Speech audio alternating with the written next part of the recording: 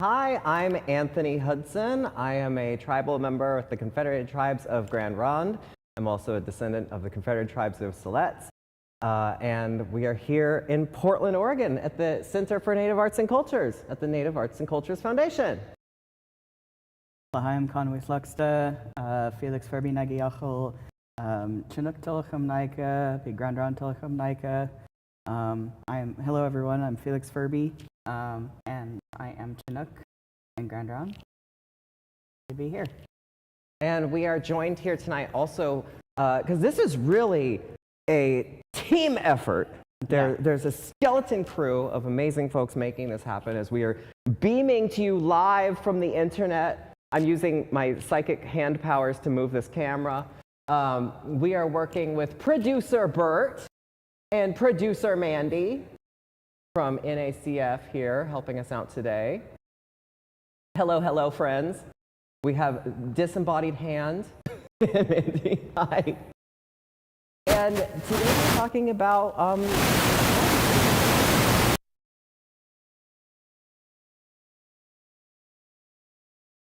on my mic. Oh. Please hold for technical difficulties.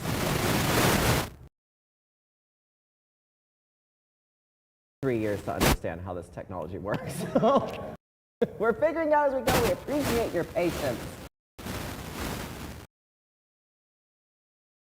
Oh, who's that person? All right, and so, okay, Felix, you and I started this project a while ago.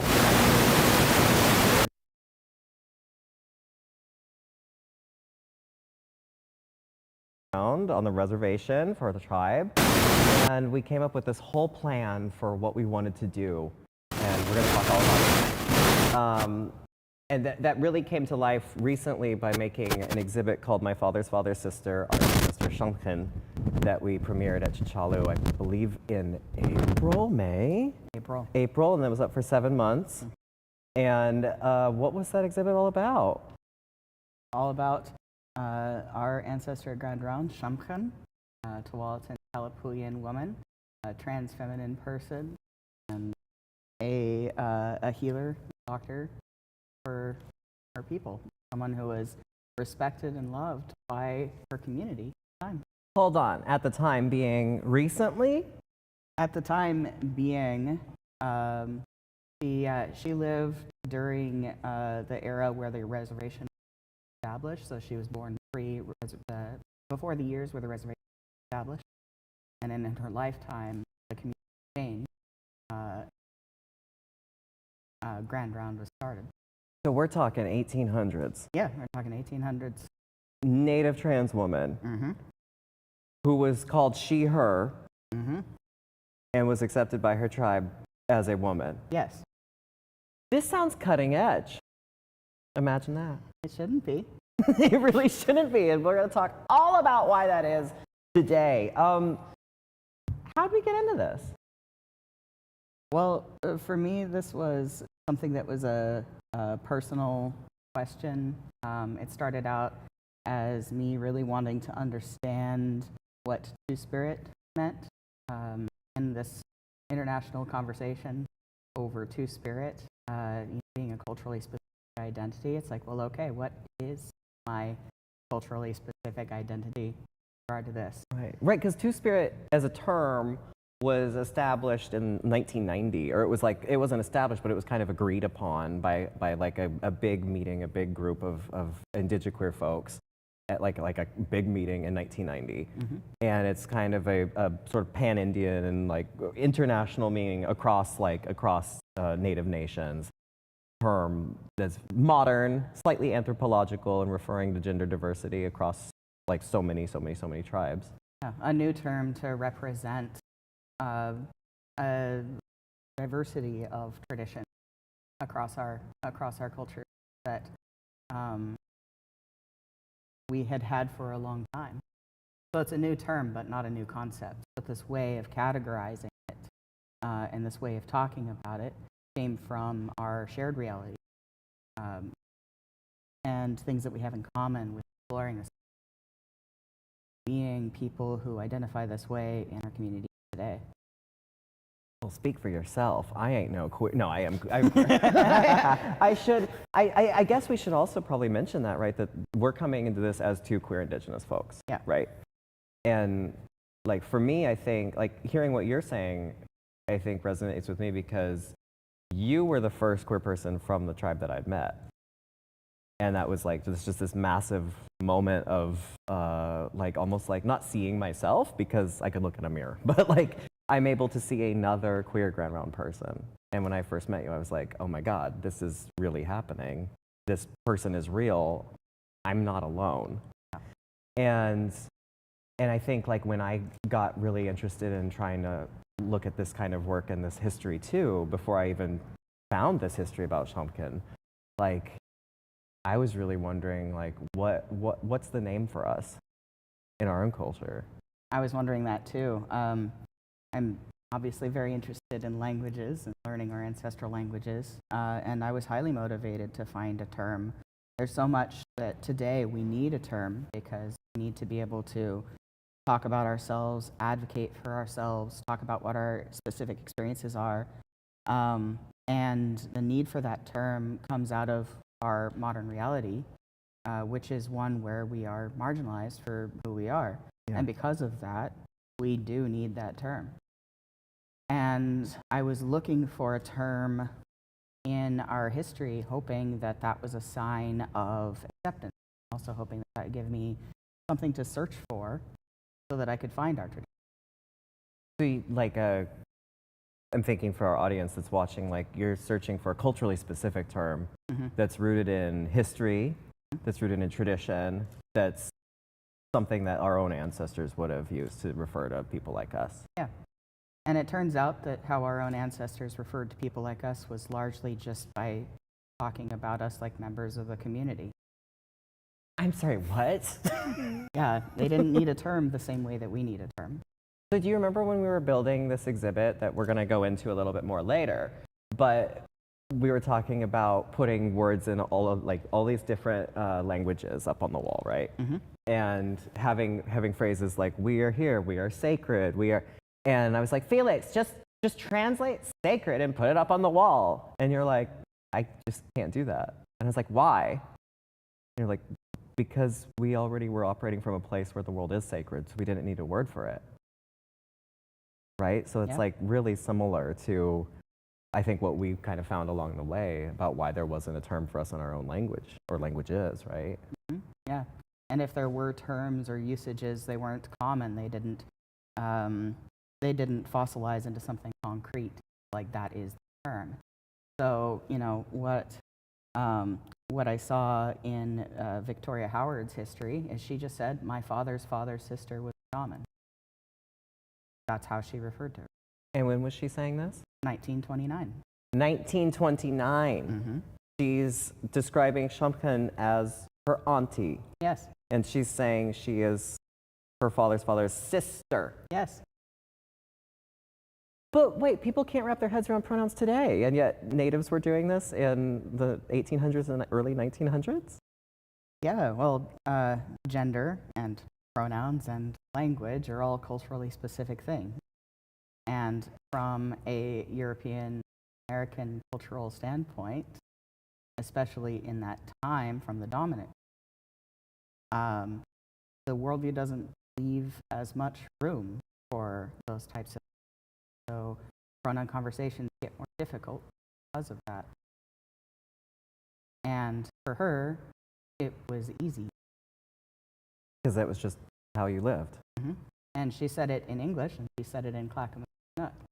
So, okay, 20 questions. I have a follow-up for you as I fall into our beautiful autumnal pumpkin display. Where was she saying these things? Where do you find this ancestral testimony? Well, this was an interview between her and Melville Jacobs last year, and this was something that Melville Jacobs had published in his text. So these are academic published texts. Who is Melville Jacobs? He is an ethnolinguist. He was one of a number of ethnolinguists that came here to interview our ancestors, to talk about our culture, our languages, communities at the time, mostly for the purposes, for them, from their point of view, for academic study.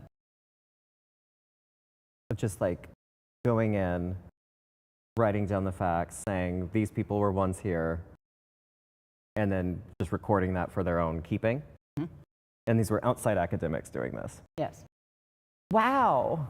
And our own ancestors are in there. Yeah. Like, isn't that so weird? Felix, picture it. Isn't it Sicily, 1929? Isn't it so weird to get to know your own ancestors through white academic ethnographies? Well, I can only imagine your position because your ancestor, your great-great-uncle, is one of the people interviewed. These are people that I would consider my indirect ancestors and community ancestors. But my direct ancestors aren't in the text. Why not? They didn't talk to everybody. You're saying this isn't comprehensive? Nope. The academics weren't doing a full service survey of all the folks? Mm-mm. Okay, so there's things missing, it feels like. So, are you telling me that these people were not always on top of things 100%? Yeah. Yep. These people were human. They had a worldview. They had an agenda. They had goals of their own. They came in to do the research that suited their theory. And they did it specifically to have text study for themselves.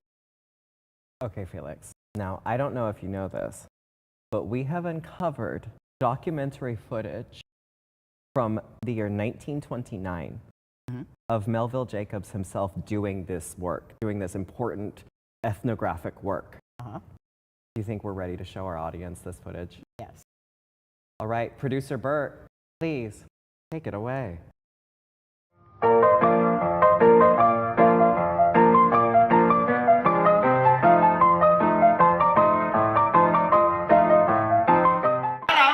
My name is Melville Jacobs, and I'm here in Celeste, Washington. Is that correct? That must be correct. Yes. No. You nod an agreement. Yes, I'm in Celeste, Washington, interviewing Indians and learning their languages and customs. Now, I would like to go through some linguistic terminology with you. Hold on. I'll have to pause for my pipe.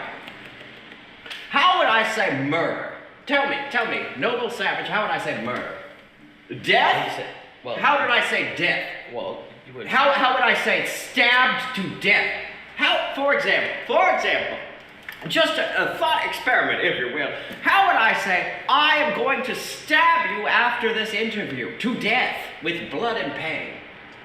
Stabbed with blood, with pain and blood. Stabbed. And yes, stabbed, excruciating pain. We're talking boring through. There's gore. There's pools of gore everywhere, just spilling everywhere. everywhere. From my pen or perhaps a pipe. Maybe I got mad and I hit you with my pipe. How would I say I bludgeoned the native with my pipe?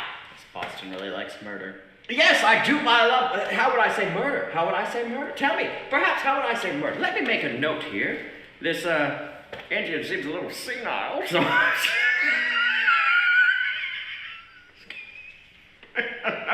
Now you're all dead. Is that true?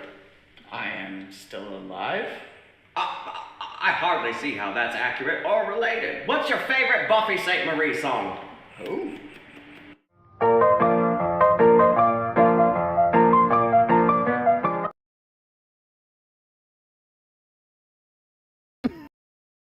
Wow. That was really quite cutting edge. Yeah. I'm so transfixed that we even had that footage on hand to find. Right. I feel just so grateful that we could watch that and review. But I was confused by some of the things that happened in there. For example, as Melville Jacobs, who just seems unbearable, was harassing our poor ancestor, I couldn't help but notice that he said Celeste Washington in establishing his field notes as he was recording right there. What's up with that? Well, at the time of a lot of the interviews and our research, he hadn't been here that long, and he was here to follow up with contacts from previous ethno work. Yeah, I mean, he had gotten here not very long prior, and I believe he stopped at Washington first on the way here. The guy literally didn't know where he was. Yeah, he had an idea, and it just wasn't a very full idea. So this is somebody that's a source for a lot of our cultural work. And it's not that he had no idea or no competence, but it's important to remember that he was not. He was a human being, as you said earlier. And All of these conversations happened with a context in a place. And there were multiple acts of translation that were happening in here, right? Because like you mentioned, he was working with my great-great-uncle, with my dad's uncle, great-uncle, with John Mose Hudson, who was a fluent Kalapuyan speaker. And he was like working with him to translate things. He was working with Eustace Howard, who, like what happened with Howard? I know we kind of based, well, the documentary footage was sort of based on some of his interactions with Eustace Howard, where like, he was just like, kept kind of being belligerent, right, with Eustace? Mm-hmm. Well, Jacobs wasn't very sensitive to the idea that, some of this didn't feel very appropriate with Eustace Howard. Eustace would say things like, I don't know the full story, it's not good to tell the full story, and just like, it's fine, it'll be good enough. And, they sat there for days and days and days, and at one point, Eustace is like, this white man, he's saying this in Kalapuyan, this white man has been sitting here with me, writing down what I say for 20 days now. And I keep telling him, and I don't know enough of the story, and he keeps saying it's good, and he's not listening to me, so now he's going to write down what I say, and I don't know who will read this. And he's just saying that in the interview live in Kalapuyan. In Kalapuyan, sometimes in the middle of a story that he's telling. Just full shade. Yeah, and Jacobs is sitting there writing down exactly what he hears, word for word what he hears. Yeah. And there's also like the documentary footage was also based on or capturing a moment where like in some of the text, right, he's like asking just bizarre questions like, how do I say stab? How do I say stabbed you? How do I say I'm about to stab you? Mm-hmm. So weird. Yeah, I think he had a lot of, I think Jacobs had a lot of death on the mind when he was constructing his linguistic paradigm. Well, and too, like if we're thinking about death on the mind, I can't help but feel like worldview is super crucial to understanding these texts, right? Because we're talking about multiple layers of translation. There's Jacobs, who speaks English, but who is like working with these native languages. And then he's working with a bunch of natives who are translating and offering him stories and and testimony, ancestral testimony, and all of these things that are being recorded in their own languages, and then also helping translate back. But then they have to commit an act of translation to try to convey some of like our basic ancestral and traditional worldviews to this settler guy that doesn't understand it, right? And like, they're supposed to summon words that don't exist in their language. They're trying to convey all of these different things that often there isn't a one-to-one correlation, right? Like, if you grew up in a culture that accepted trans women, for example, and you're trying to tell someone from a culture that does not accept trans, have room for trans. doesn't even have like a concept of it at the time. Well, at the time, I would say that they had a different concept than what they did even a few decades later. Yes, fully. It's something that is always changing. But yeah, this person at the time was trying to understand. And so how would you then describe to that person in a way that he'd have the best chance to understand who this person was? And then doing it as a matter of linguistic study in another language that's then being translated down word for word. It changes the context of the conversation. And so then when we're looking at these histories trying to figure out who she was, we are greeted with this translation. We're greeted with this final product, which has had multiple glances and multiple filters put through it, and the original context of the conversation is a little bit obscured.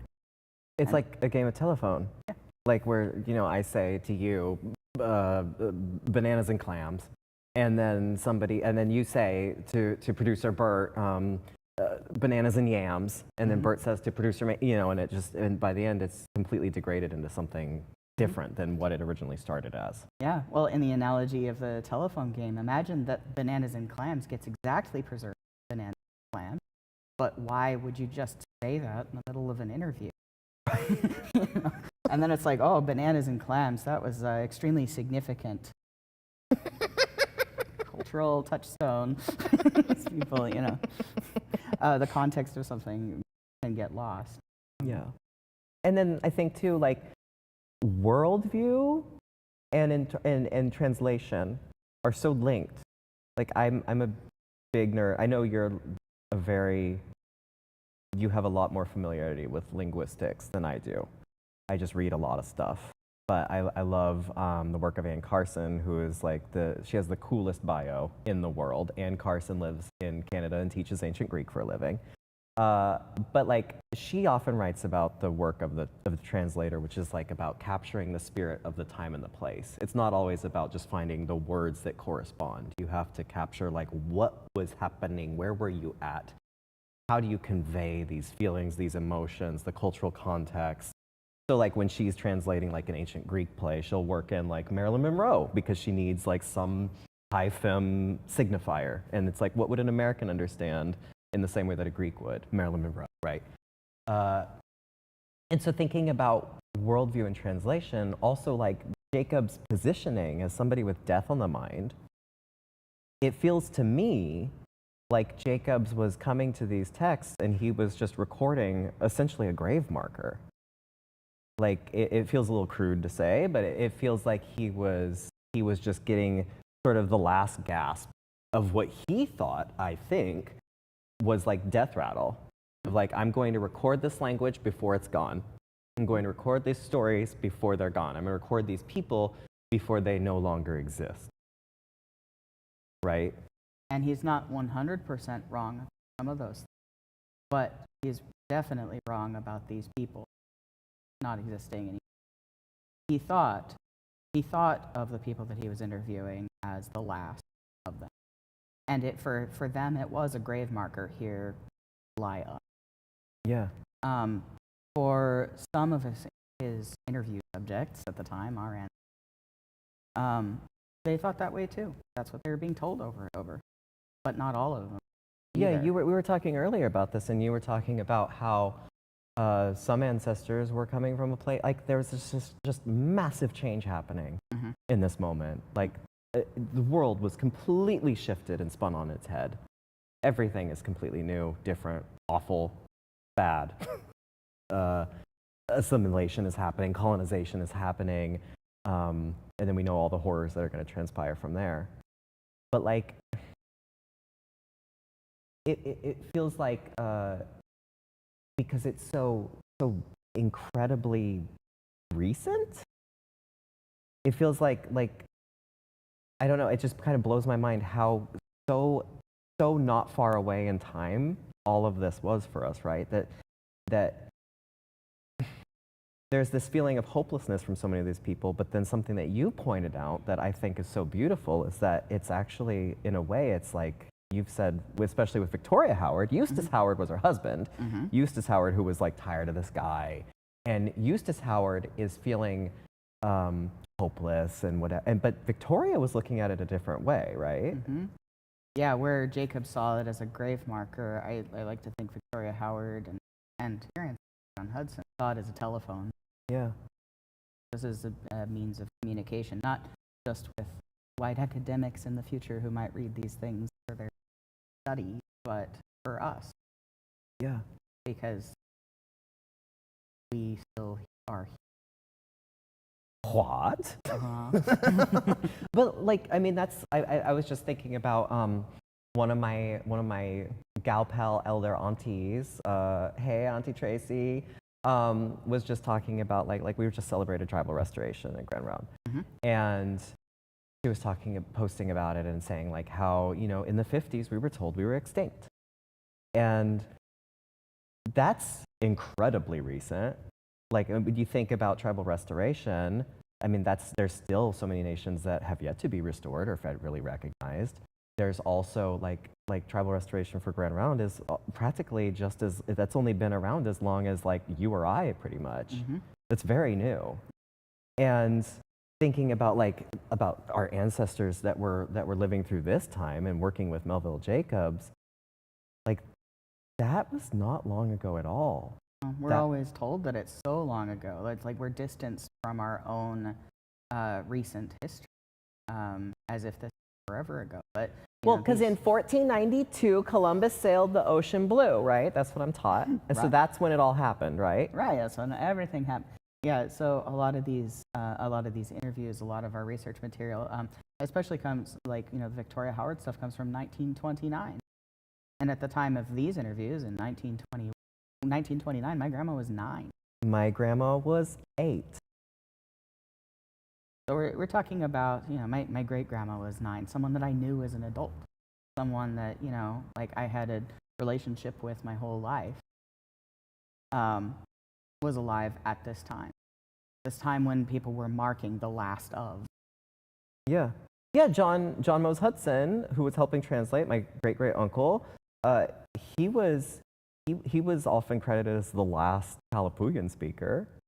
And then, funny story, a little bit later on, and this gets in your head and messes you up if you're me, a little bit later on, like, I don't know how much longer after that, but at some point, this thing happened, and then I learned about it in high school, where I was in high school and I'm talking about being Native, and I'm saying I'm Kalapuyan, and I'm Saniyam and Yonkala Kalapuya. And a teacher said, oh, no, that's not possible. And I was like, why not? And he goes, because there's no more Kalapuyans. There is a grave marker that says, here lies the last Kalapuyan woman. And then that creates a narrative that there's no more of us left. But I'm like, but that doesn't make sense because I am Kalapuyan, my family's Kalapuyan, and we're still here. And I think the worst part is not just other people being told that there aren't any of us left, it's us being told over and over again, us and our ancestors for a couple of generations now, being told to our faces that we aren't here. Yeah. And that's the thing, is like, so colonization, and for us it wasn't 1492, it wasn't 1600s, it wasn't 1700s. Like, this is incredibly recent, especially for those of us on the West Coast and the Pacific Northwest. And also, as we are learning in sagas of genocide and colonization around the world, this is ongoing. this project is still happening. And so I think a lot of this work that you and I are doing, that so many folks are doing in their tribes, of these acts of cultural revitalization, right? It's an act of healing. Yeah, these histories are personal for us. They're close to us, and we're always made to feel like they're distant. And what's more, our participation in looking at these histories is also distant. Yeah. And we're often also not given access. Right. Right? So something that's kind of wacky is thinking about, like, so Melville Jacobs recorded these texts, Gashett recorded these texts, Frachtenberg recording these texts, and then where do they go? Like, where are they now? How does somebody get a hold of these? You could go to the University of Washington, or you could go to Illinois. You could go to these different archives in various places. A lot of material that got sent to Germany that got destroyed. Germany? Uh-huh. Oh yeah, remember when we found Victoria Howard's power song? She was recording her aunt's power song. Yeah. And we put this in the exhibit that we showed at the beginning of our little live stream here. And we were playing it off of an audio recording that had been taken from a wax cylinder recording, and the wax cylinder was kept in Germany. Mm-hmm. Why? Yeah, I mean, that's just the academic networks of the time and who was interested. And I believe the master copy of that recording was bombed in World War bombing. I can't remember one or two. Two. Yeah. One. Two. Well, computer malfunction. Which one? I don't know. Yeah, and some of these things have been made more accessible from efforts from our own community members, people in the tribe. Some of these things can be found in places like Chichalu, out of Grand Ronde, and people in academic circles who have no community connection to us have ready access to our. So, okay, wait. So you're saying, so like last week we were hanging out and you were playing some audio clips that you had access to of John Hudson, of my ancestor. And it was wild to me because, one, I was hearing my grandpa's uncle, and I'm hearing him for the first time, or one of the first times, and it was a recording from like 1953. It was 1950. My dad was like 7 at the time, alive, and like 7. And I mean, my dad is alive also still now, but like he was like 7 years old, and it was wild to me hearing that because, one, this is a direct ancestor, and this is someone that I'm hearing this, and I'm hearing my grandpa's voice almost all over again. And I haven't heard my grandpa's voice for years because he walked on. But you're telling me any academic can just go in and can listen to my great uncle and can hear my grandpa's voice basically. But my own dad, who was 7 at the time it's recorded, doesn't have access to hearing his own great uncle again. Yep. In order to get access, maybe he'd have to enroll in school and then, pay tuition and then, get a degree and then, yeah, exactly. I don't need more student loans. Yes, nobody does. Nobody does. Yeah, just to get access to these circles and just to be taught to know where to look for these materials. And this is how much work we have to do in order to be involved in our history at this level. And the reality is that our participation is so valuable and important, not just to us, but also to them, and to understanding what's actually here, that they should be begging for more of our participation. It shouldn't be this hard to get access. Begging? Why begging? Well, because when we see these same materials, we have more information about the context. That's so important. Okay, when we made this exhibit, and here's an image of the wax cylinder, of a wax cylinder from the Edison thing. and one of our first images that we had was a picture of us where we opened the exhibit and we said, we're not historians, because we wanted to make that very apparent. There it is. There's a picture of us out in Grand Ronde, and we're windswept. We look great. And we wanted to just say, first off, we're not historians, because we're not. Yeah. It took a long time for you to be comfortable like identifying as a linguist. Yeah. I know that. And now I'm attacking you and trying to make you convinced and identify as an artist too. But like, you know, we wanted to clarify that like we haven't done the actual like schooling, academic work that it takes to be understood as a historian that's going to take these tribal histories, these ethnographies, and put them on a wall and reinterpret them. But I think what you're speaking to, right, is that we are still qualified to do this because we have a cultural lens that qualifies us. We have a cultural qualification, right? Yeah, yeah. Well, in all of my search to figure out what Two-Spirit meant for me and what that culturally specific identity was, I started asking anyone that I thought would know, or anyone that I thought would have access. And I got little more than rumor, nothing really solid. It took quite a while to find something. And then reading about Shamkha, she was obvious to me in about 5 seconds. And I'm just thinking, I know the person who co-wrote the book, co-wrote the book that she cited in. And I know the person, you know, like I know the people that were involved in this book that she cited. I know people who are very familiar, but they couldn't see immediately or categorize her mentally in their heads as a trans feminine person, because that's not what the history looks like to someone who isn't indigenous. Yeah. Yeah, like you could use the word bias, which it sounds kind of like a brutal word. Right. But really it just comes down to worldview. It comes down to conditioning. It comes down to the vocabulary that you have, which is informed and facilitated by the experience you have walking through the world, your positioning, how you encounter things, how people encounter you, the privileges that you're afforded or not privy to. And I just think seeing this presented in this way, right? Like someone will go in and they'll see in these texts, they'll see this description of Shamkhan, but how they kind of sum her up doesn't necessarily correlate to who she was. Right. So, for example, like you found that and you've seen her written about in a certain way, or often used, different pronouns were attributed to her, right? I was first introduced to her and found her, and someone was pointing out that like, oh, it's kind of like a drag ancestor. But I'm like, oh, as I learned more and I'm working with you and talking with you about it, I'm like, oh, this isn't a person in drag.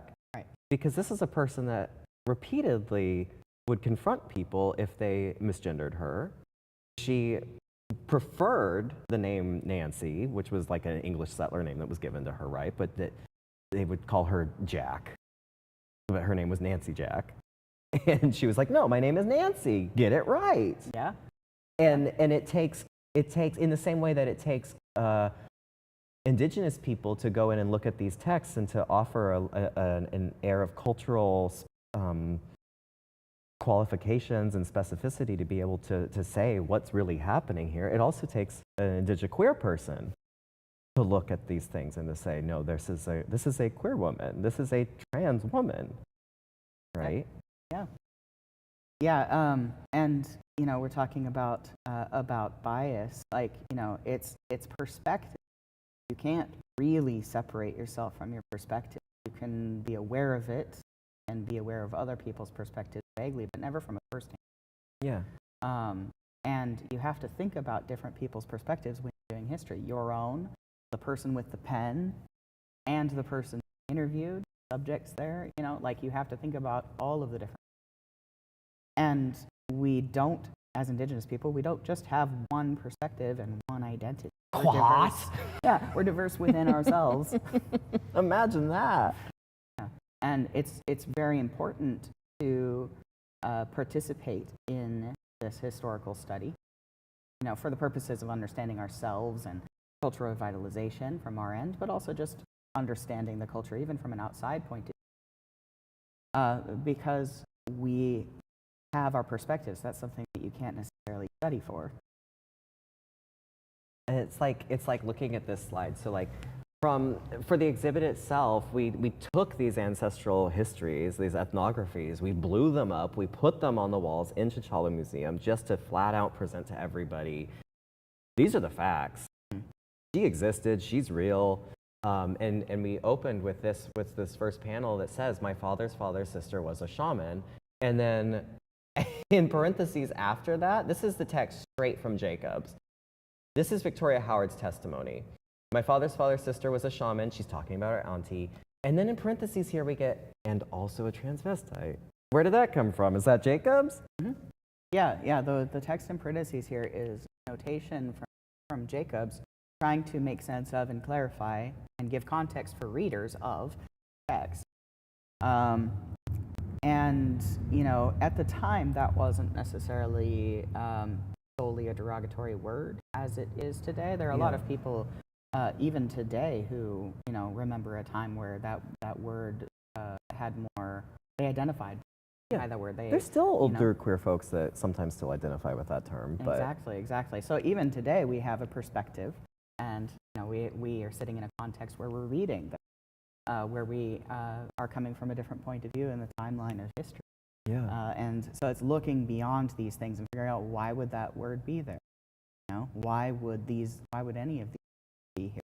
What was she trying to say? What was he getting out of it? What was he trying to?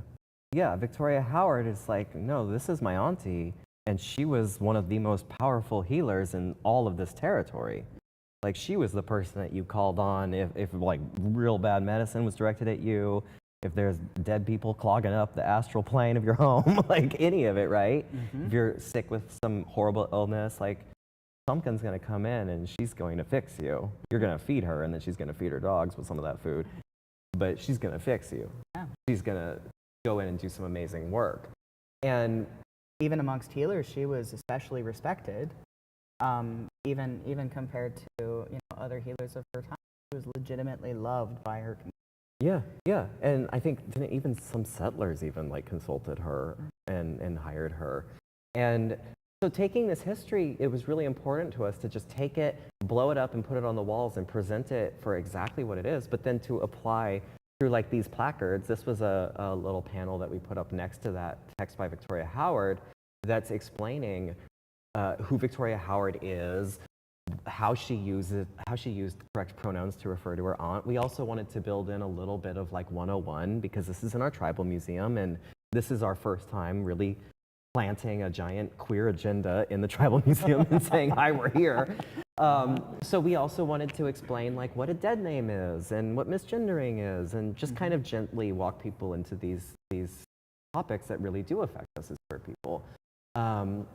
And even cited Walter Williams' book, The Spirit in the Flesh, where he talks about White City, who was another Klamath shaman who was also basically a trans woman and healer, and how she was also gendered correctly by her family, by her tribe, because that was the custom.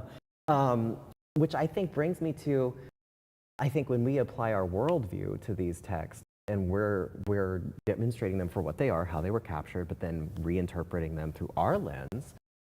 If we jump ahead, producer Bert, yes, this is exactly the one I want to talk about. There's a panel next to this of John Mose Hudson, that's my great-great-uncle, and then this is some testimony that he offered recounting Shamkun and an experience seeing her as a child, basically, right? And Felix, what did we do here? Well, what I did is I put brackets around everything that isn't explicitly in the Kalapuyan below, which happens to be the pronouns. Because Santiam Kalapuyan, the language that he was speaking here, doesn't utilize the same pronouns as English, and it uses something that is a lot closer to the English singular they. Yeah, we had Yaga, right? Yaga. In Chinakwawa, we had Yaga. which is its own standalone pronoun. Here we have a morpheme, which is a letter in a prefix attached to the words, which indicates who we're talking about. Most of the time, that's what we have. And then we also have a third-person gender-neutral pronoun in Kalapuyan. I don't know if it's in this particular one, but in Kalapuyan, there wasn't a he or she. It was singular they. Santiam, Yeah, specifically. so it would have been like their hair is always tied just like a woman. Yeah. They always are just how women are. They always go around with women. But when John Hudson's giving this to Jacobs, what Jacobs takes out of this is he is always just how women are. And it's operating from that settler mindset that corresponds with the word transvestite, where because gender, as we've talked about, was so much more complex and colorful, especially in the Americas, before they were even called that, than like coming from a European, Judeo-Christian, binarist, like 1 and 2. You have, or 0 and 1, male is 0. You have men, God's image, and then you have woman, came out of the rib of man, right? And those are the only 2 options. But right here, like, one, our language doesn't even hold space for that idea. And I think what's also interesting is like taking these brackets and putting them up there so that we can demonstrate where this history was altered and where our understanding of this person was changed. And then, you know, it had to come to us to then be like, no. But also, like, so this is the Kalapuyan, this is Santiam Kalapuyan, which didn't have gendered pronouns. But then when you look at Clackamas Chinook, which is what Victoria Howard is speaking, and she is saying he and her because it did have them. Yeah, and she says sister. Yeah, and we're not adding that in. No, we're like not. this isn't an act of addition. Right. This is an act of clarification. Right. Well, and you know, even you know, your ancestor John Hudson, you know, he may have used he pronouns just through the context of the conversation when he switched to English, because English might have required that. Yeah, to try to translate back to Jacobs, who would be like, "What are you saying? It's like any person. It's like, what is they? Like, Yeah. that's not a correct pronoun." Right. Yeah. However, Victoria Howard, even when speaking English, she. Yeah. And you know, like, we don't have the full context of the conversation. But what we have is, you know, their words in Kalapuyan. You know, she had the spirit power to become a woman. Become a woman. You know, not like act like, not dress like, not, you know, be similar to, become a woman. Yeah, she You know. didn't just decide she wanted to put on a dress Right. one night a month Right, exactly. and cosplay. It wasn't that. This was an act of like literally an act of spiritual transition. Yeah. And, you know, what your great-great-uncle did was describe her life, describe how she was, what she did. And so we have his words to, you know, in this particular interview, to draw from. This was a woman. Yeah. And so now when we're trying to figure out this history and we're looking at these things, we are informed by this lens, even just subtly pushed towards the end, which is why she might have been sent to you, well-meaning, was as, what did you call? As someone who did drag. Yeah. Yeah. She would have been really angry. She would have hated that. She would have been, yeah, she would have hated that. She would have been really angry to know that she's referred to so often, and that she is placed, sometimes referenced Jack. Yeah. Jack now, instead of. And we can say that because we have that in recorded history. Yes. Of her correcting people. Yeah.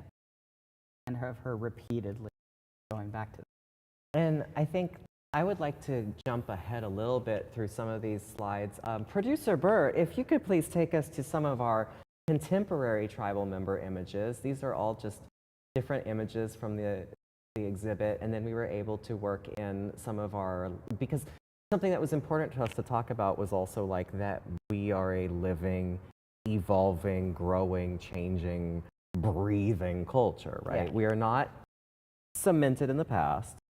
We are not past tense, but also we are not beholden to the past or to traditions necessarily. Like, we can make new traditions.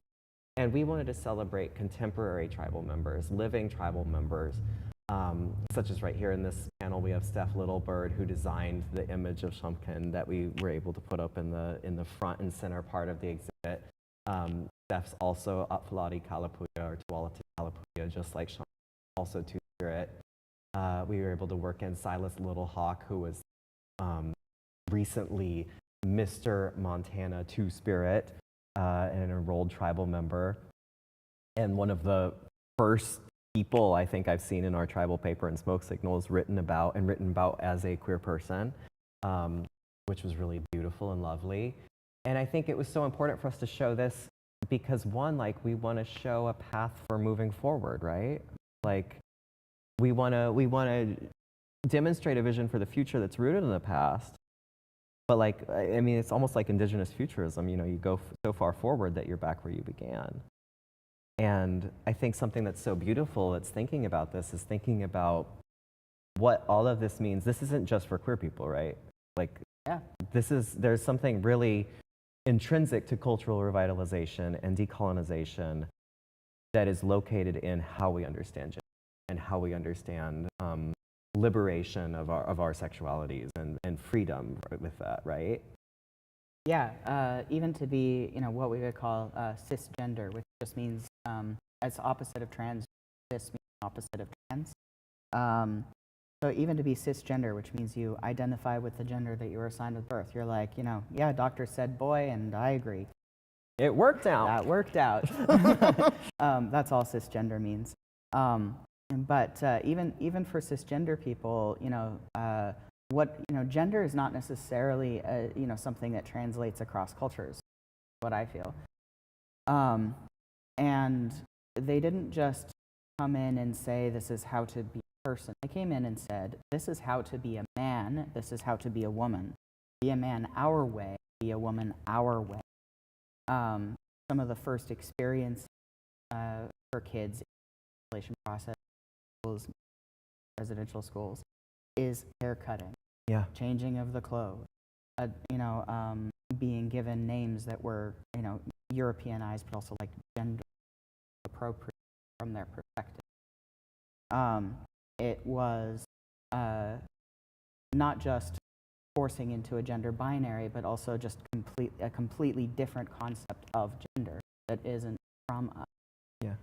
It was replacing our genders with theirs. So talking about gender and culture is for everybody, unless, even if you don't have a gender, even if you consider yourself as not having a gender, just that too, just the ability to have that. That is a conversation that involves all of us. Yeah, it's a place, like, it's even like thinking about like a straight guy, right? Like, one of the first things that you were talking about, one of the first things that they do, cut your hair. And that even applies in the military. Mm-hmm. And it's wild that I just learned this recently. Like, within the last several months, we had the very first tribal member that joined the service.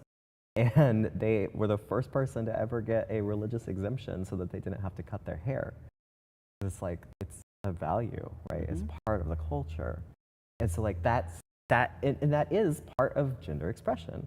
Mm-hmm. And that is part of why we're trying to convey this, is like, this isn't just gay agenda. Right. this isn't only gay agenda. But, there's no such thing as gay agenda. But this is truly an act of liberation and decolonization for everybody. Because that caging binary of gender, like you said, is one of the very first ways that we're able to attack and assimilate, get us to assimilate. It was a tool for control. Felix, I guess, like, what has some of this impact of doing this exhibit and putting this together over the last, like, 7 months that we got to have this up? What has this impact been like for you? Oh, it's been pretty amazing. I feel like we've gotten so much love and support from our community, and it's there's been a lot shared both ways. there, which is just really, really special. I was sort of scared starting out. I was wondering, are we ready for this? You know, am I digging too deep into our trauma? Are we having conversations that we're ready to have? Are we safe? Are we forcing this on people? Are Right. we doing the right thing? Yeah, there's a lot there. Yeah, I saw signs that we were ready to do this, that we were ready to bring these conversations from, you know, what felt like the figurative peripherals of the side of the room and into the center of and the response has been amazing. It is really, I feel like I've been very much lifted up by community, and it's incredible to see. I think, you know, a lot of people, you know, there's a lot where I was wondering, like, am I just selfishly advocating for only my own needs here? You know, like, oh, I want to see myself reflected in history. It feels so eye-centric, it feels so selfish, right? But it's not. I'm not the only one that needs these things. Felix, you're so selfish. You want to see an image of yourself in a museum. Yeah. No, I want to see a representation of who I could be reflected in my culture and history. You know, I want to see what that could look like. That's what I wanted to see. We've never seen that. Yeah. Like, once again, you were the first person from my own culture that I met who was like me. Ever. Yeah. And I met you 4 years ago. Yeah. Yeah. And we do feel very alone. We're made to feel so alone. And some of that too is our quietness. It's hard to see each other and find each other, talk to each other and support each other if we're you know, if we're hiding that part of ourselves. Yeah, well, and I think there's a lot of Native folks too that, especially when they're indigiqueer, like they walk away from the tribe. They walk away from their family. They go in, like, because they don't feel that they're safe to express themselves because like the history of missions and assimilation and Christianity and this denial of our traditional gender and values and life ways, like, and so often people, I've heard this time and again from so many different indigiqueer artists in particular that I've worked with on my tours and travels, is like, they're like, oh yeah, when I went back to the tribe, that's the first time I really figured out who I was, and I started to rediscover myself, and I rediscovered our tradition, and I understood that I was sacred and valuable. And that's just such a beautiful thing to see. Like, I think for me, the impact, looking at how many, when we got to have the opening, looking at how many queer folks showed up and were in the tribal museum for the first time, and watching, like right here we have an image of a comb that was a cedar comb that was carved by BG, who is an elder, two-spirit elder out at the tribe. And we were able to have like a Chinakwawa book reading of BG's book, Beat the Drum, which is about a girl that wants to drum in the plank house, right? Mm-hmm. And y'all read that book in Chinakwawa to everybody. And then when we had our closing ceremony, like it wasn't even a ceremony, it was a lunch. Yeah. We had a closing lunch that we got surprised. Everybody came out with like, they came out and started drumming and did this incredible blessing song. And we look over and BG is drumming with everybody. Mm-hmm. And that's not supposed to happen.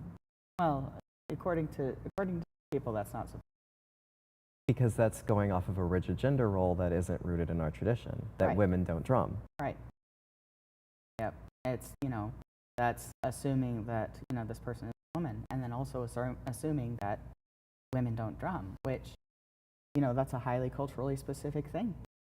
And for our cultures, that's, you know, for our specific BG, for her specific culture, that's not true. Yeah, and we were able to see BG drum with everybody in this incredible moment, and it was so powerful and so beautiful. And yeah, I think feeling held by the community and understanding like, oh, this is something that actually, it's nice for us because we get to do it and be part of it and see it, and see what it's beginning to do. but it's so nice to see how much people are ready for it. Yeah, and the thing is, like, even if it were true that that women didn't drum, even if we found a lot of historical evidence for that, which we have evidence against, but even if it were, even if supporting trans people wasn't part of our culture, well, we exist today in our cultures, and we have needs, and so we're allowed as a living culture to decide who we want to be moving forward. And what values we want to have, and that is within our right as people to decide what is culturally appropriate for us. And for BG, what she has decided is culturally appropriate for her is to drum, and for for me, it's culturally appropriate for me to drum. Yeah. Is that because I'm more man-shaped now? No, that's not the way that I see it. Now man-shaped. Now man-shaped. But it's like, but that's the thing, right? It's you've been called to it.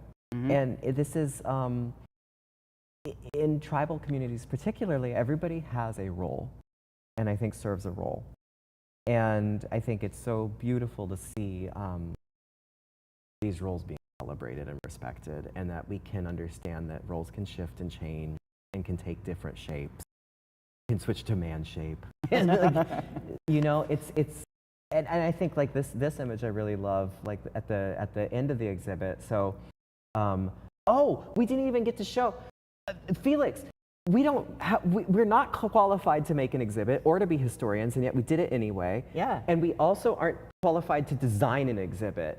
How did we do it? Real quick, before we thank everybody here, how did we actually build this? Yeah. Well, we needed we hadn't done this before, and so in order to make it happen, it was really important for us to use what tools we had available to sort of visualize it and figure out what are we even going to do? What is this even going to look like? So I popped up on Minecraft, not having access to Adobe Creative Suites or whatever, and the subscription that it requires. Exactly, and I just built a little model here. Complete with little goblin people. Yeah, exactly. I wanted, it didn't feel right without people in it. Because it's just like, how do you even build an exhibit? How do you even do this history? How do you even do this research? And then once you've done it, how do you even share that with people? How do you get to a point where it's like, okay, yeah, go ahead and share it. Here's an exhibit. I'm sitting here thinking, maybe they'll give me a bookcase, a bulletin board. A community bulletin board. And then somebody's asking me, so what color would you like to paint the walls? And I'm like, color? Paint? What? I have so much information. I don't even know how it would fill up a space. I was like, oh gosh, do I even have enough to put in a room? There were things that we had to leave out. There was so much. Yeah. So it's just really important to create some sort of visualization. And, I made this, and I was sort of feeling silly about it because I made it and then I cried because it was like, this is real. Like this feels so much more possible now because now I can see it. And then I sent it to you, and I was feeling silly. It's like, Anthony's gonna think this is so darky. And I was like, this is the coolest thing ever. Yeah. Especially the flaming skull on the wall, which we should have had. Yeah. What's wild about watching this is I actually feel like I am in the exhibit. Yeah. Because this is actually very true to life, to the dimensions of the exhibit. That's basically our sound booth where we put Victoria Howard the recording of Shumkin's Power Song. That's the conversation pit area right there where we just had that image that said, imagine a future with us in it. Yeah. Where we wanted people to be able to sit back and relax, and after they've moved through the space to really just have this area to process, and then have this phrase on the wall that's going to help maybe try to inspire what could the future look like, because that's what this is all about. Is it's for the future, but also it's not. It's also for people today. It's I get in this place of being like, this is so important for the coming generations, right? And then you're really good at also calling me in and being like, but also think about our elders today that have lived their whole lives waiting for something like this, that have wanted to be able to see themselves in a museum, in their own history, in their own culture, and want to be celebrated and understood for who they are and as someone that's important, that matters. Yeah, and they do deserve to see this change. And also just thinking about the fact that our community, had even gotten to the place where we're ready to start having more of these conversations in this much louder way, in this much freer way, because that took a lot of work. People are still working on this today: cultural revitalization, healing, community building. We're only able to do this because of the work of so many other people in our community. Yeah. Even ones who might not support this exact message, the ones who have worked towards our healing point where we're in conversation. Yeah, they got us here. And they deserve the change and the freedom that that can be brought by further conversation. Yeah. I think, well, I'm biased because I'm really proud of this, but I love it. But I think what I really want to convey to people tonight, and what I hope we've been able to convey, is like that, yeah, we're not historians, we're not exhibit designers. I'm an artist that does drag a lot of the time. You're a person that only recently has been comfortable identifying as a linguist. And like, we literally just took that cultural specificity and just took the text that we were able to harass enough people to let us see, and we just took them and Xeroxed them and blew them up. And that's all it takes. Like, it takes digging back into this history and looking with your indigiqueer eyeballs to find these ancestors, but they are there and they're waiting to be found. How many more will we find? I mean, it took seconds of just reading about her to realize who she was. How many more out there are, like, represented in the text but miscontextualized in history as she was? It's not like we can just go to archives and search, tell me all the queer people. Yeah. Not a search term. Click the tab, yeah. Yeah, find ancestral grinder. Hashtag indigiqueer. Yeah. We need more people to be involved in researching our own history. Is really important, because these things are going to pop out and they're going to be so much more obvious to us. And there's so much that makes us feel like, we don't have a right to be here. We're not qualified to be here. We're too shamed to try to do the work. We feel insignificant. We don't feel qualified. Yeah, or like that we don't even an idea that we don't even know enough for our perspective is valuable. Yeah. Yeah, but that's why, and this is why academics should be seeking out people like us, not you and me necessarily, but seeking out Native folks, especially if they're working with Native texts, if they're working with oral histories, tradition, any of these things. They should be seeking out actual Native collaborators. They should be affording these things and giving these things back to us so that we can work with them too. And it's just so important for cultural revitalization everywhere. And we really, that's the name of the show, We Did a History, and so can you. We want all of you watching this to understand that you really can do this. A year ago, I don't think I had any possibility or qualification to do this. And can I announce the thing? Yeah. We're doing more. So in 2024, in December of 2024, we are opening a second exhibition, a follow-up to My Father's Father's Sister, our ancestor Shumpkin. And this is going to be a new exhibition that will be at Chitalu Museum in Grand Ronde. And we are going to expand this history because, as you said, there's so much more history that we didn't include. We're going to research a couple other instances of queer indigenous healers in our region, like White Cindy from Klamath Territory, who we're talking about. And we're going to feature 10, at least, indigiqueer artists from all over international territories.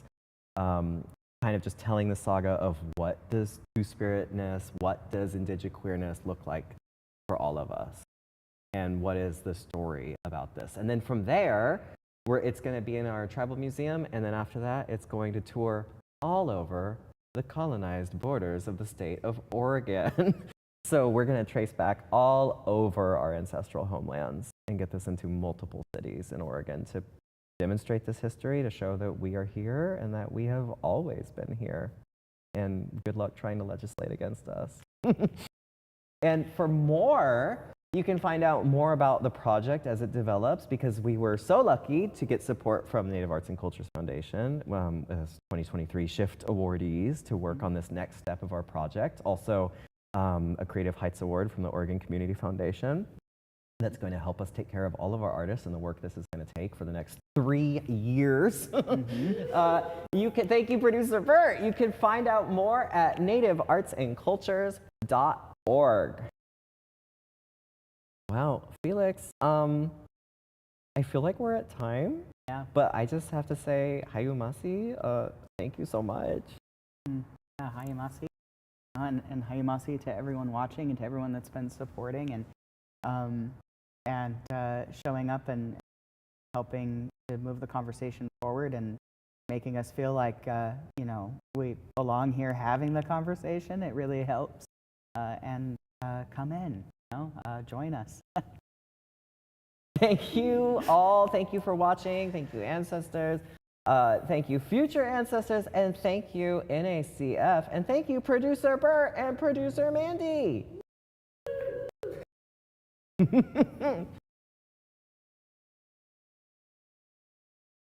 Hold for credits. Yeah.